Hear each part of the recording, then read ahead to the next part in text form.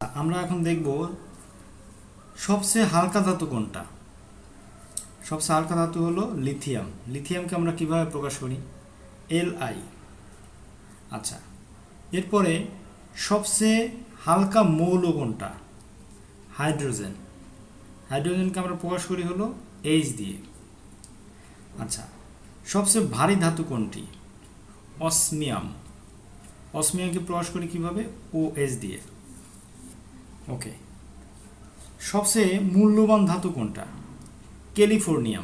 ক্যালিফোর্নিয়ামকে আমরা কিভাবে প্রকাশ করি? CF। CF। আচ্ছা, এরপর আমরা শিখব সবচেয়ে ঘাতসহ ধাতু। ঘাতসহ ধাতু কোনটা? সোনা।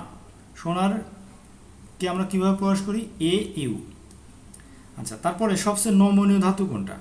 প্লাটিনাম। প্লাটিনামকে আমরা কিভাবে প্রকাশ করি? PT দিয়ে প্রকাশ করি, বা প্লাটিনামের সংকেত হলো PT। তাহলে সবচেয়ে হালকা ধাতু লিথিয়াম, সবচেয়ে হালকা মৌল হাইড্রোজেন, সবচেয়ে ভারী ধাতু অসমিয়াম, সবচেয়ে মূল্যবান ধাতু ক্যালিফোর্নিয়াম, সবচেয়ে ঘাতসহ ধাতু সোনা, সবচেয়ে নমনীয় ধাতু প্লাটিনাম।